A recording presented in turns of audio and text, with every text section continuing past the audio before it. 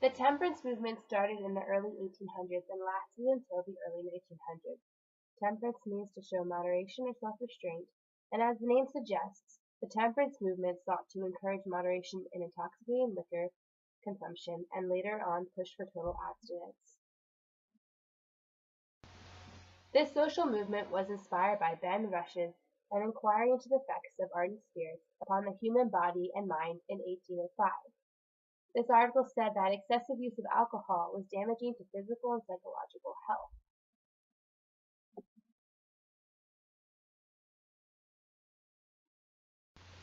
This catapulted a change in attitudes towards the support of alcohol. Previously, drinking alcohol had been accepted as a normal, everyday practice. Even in Puritan times, it was not uncommon to drink alcohol with every meal. However, this morally driven movement was calling attention to it as a sin. People a part of this movement blamed alcohol for many of society's problems, such as destitution and crime, spousal abuse, family neglect, and chronic unemployment. Alcohol abuse shook apart the very foundation of society, the family, and in their minds the adverse effects impacted the entire nation. During this time in history, the economy was changing. There was an increase in poverty, which affected the increased use of alcohol, a decrease in workplace productivity, and an increase in workplace injury. The temperance saw alcohol as the root of these problems as well. Small temperance groups started popping up all over the United States in the early 1800s. By the mid-1800s, larger national societies were being founded, such as the American Society for Promotion of Temperance, Women's Christian Union, and Anti-Saloon League. Also during this time, the National Prohibition Party, a political party, was established.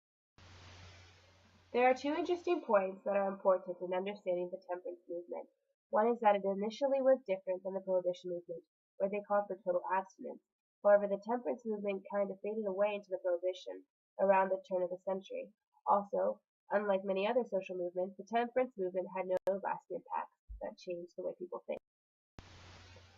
Eventually, there was a push for laws to be put in place that restricted alcohol consumption, and many states actually did pass laws, but the majority were unsuccessful.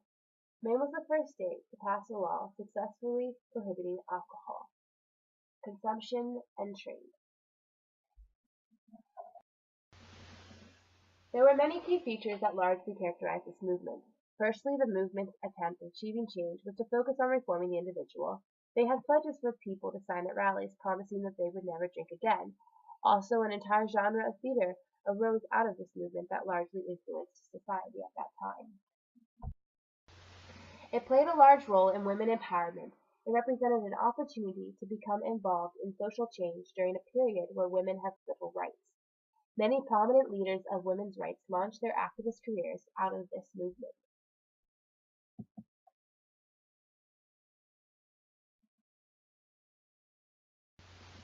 Lastly, it was a response to a religious revival. During the early 1800s, a revival called the Second Great Awakening occurred.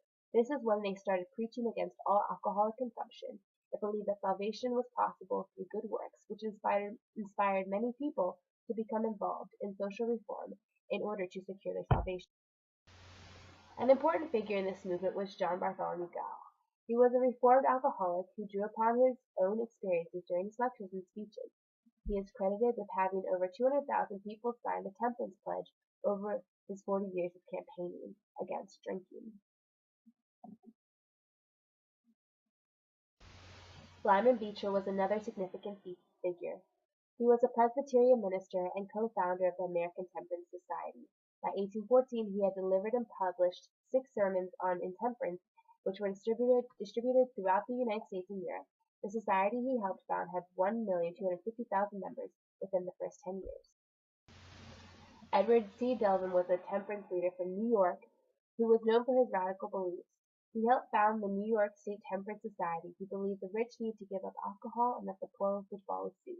While his beliefs were more prohibition than temperance, he lent a great hand in assisting the movement. He also sponsored many temperance periodicals and journals. P.T. Barnum is another lecturer and advocate. He became involved in the movement after attending a lecture and watching people sign the pledge. He owned a museum where he would only allow ice water to be served. Also, at these museums, he would put on plays about temperance. He later became interested in the political side of the movement. There were prominent women leaders in this movement as well, such as Frances Willard. She led the Women's Christian Temperance Union. She was also a speaker who encouraged total prohibition. Her influence was instrumental in the passage of the 18th and 19th Amendment. She was interested in broadening the movement to include other women's rights issues. There are multiple arguments against temperance. One being that it was unnecessary because only a minority of people abused alcohol, and therefore it was ridiculous to make every citizen suffer for the failings of the few.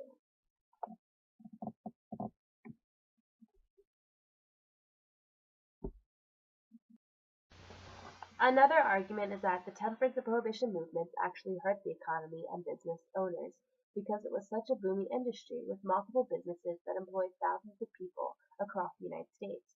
And if the movements achieved what they planned to, there would be many negative effects and people would be left worse off. A third argument was that it was unconstitutional to pass legislation that prohibited the sale of alcohol. They claimed these laws violated businessmen's rights, as the government had no control over what they could and could not sell. Opposers of the temperance movement believed that the legislative action violated their rights to enjoy the fruits of the earth. While many people today do not feel a lasting impact from this movement, one thing that everyone today appreciates as a result of the temperance movement is the water fountain. They were invented to encourage people to drink more water and had a tin cup chained to the side so that anyone could have a drink when passing by.